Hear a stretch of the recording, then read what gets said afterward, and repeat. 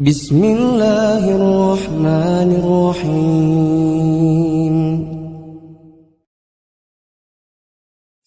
Amalan apa yang disyariatkan di dalam bulan Zulhijjah? Yang pertama adalah melaksanakan ibadah haji dan umrah.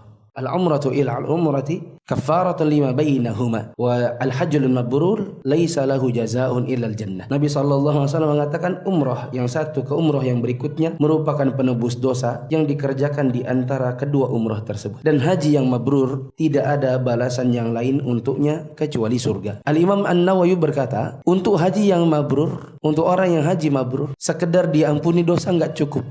Bagi mereka ada balasan yang lebih pantas dari sekedar pengampunan dosa, yaitu ditempatkan, dimasukkan ke dalam surga. Yang kedua adalah berpuasa dari tanggal 1 sampai dengan 9 Zulhijjah. Bila tidak bisa, maka terutama yang tanggal 9, yaitu hari Arafah. Nabi SAW mengatakan, "Shaumu Arafata yukaffiru as-sanatal madiyah wal baqiyah." Nabi SAW mengatakan bahwa berpuasa di hari Arafah bisa menghapuskan dosa 1 tahun yang lalu dan 1 tahun yang akan datang. Tapi tidaklah bermakna kalau sudah puasa Arafah berarti besok sampai setahun ke depan bebas melakukan dosa. Yuk zina, janganlah. Tidak apa-apa, kan kemarin sudah puasa Arafah. Maka ini menempatkan amalan tidak pada tempatnya. Dan harus diketahui bahwa tidak ada dosa yang dihapuskan dengan sekedar beramal kecuali sekedar dosa kecil. Dosa kecil yang bisa dihapuskan hanya dengan sekedar pakai amalan. Adapun dosa besar tidak bisa diampuni hanya dengan sekedar beramal. Maka sholat 5 waktu sampai sholat 5 waktu yang berikutnya menghapuskan dosa di antara keduanya, yakni hanya dosa-dosa kecil saja. Begitu juga umrah ke umrah, haji ke haji, hanya dosa-dosa kecil saja yang diampuni. Ketiga, zikir, takbir mutlak dan takbir muqayyad. Nabi SAW mengatakan, perbanyaklah pada hari-hari itu di 10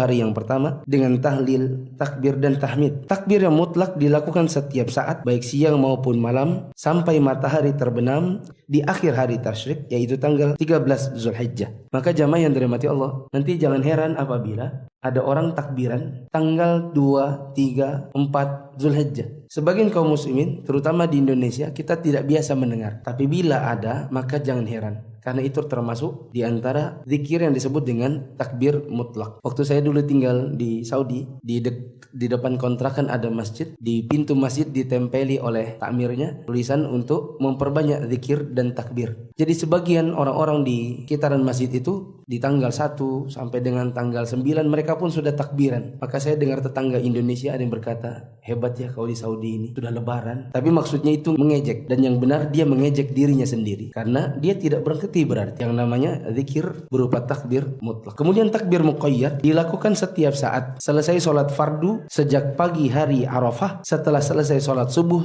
tanggal 9 Zulhijjah sampai dengan asar hari tasyrik tanggal 13 Zulhijjah. Di nomor 4, bertaubat serta meninggalkan segala maksiat dan dosa. Yang kelima, banyak beramal soleh seperti sholat, sedekah, berjihad, membaca Al-Quran, amar ma'ruf nahi munkar dan lain. Keenam, berkurban pada hari raya kurban dan hari tasyrik. Yang ketujuh, tidak mencabut atau memotong rambut dan kuku bagi yang hendak berkurban. Yang kedelapan, sholat Idul Adha dan mendengarkan khutbahnya.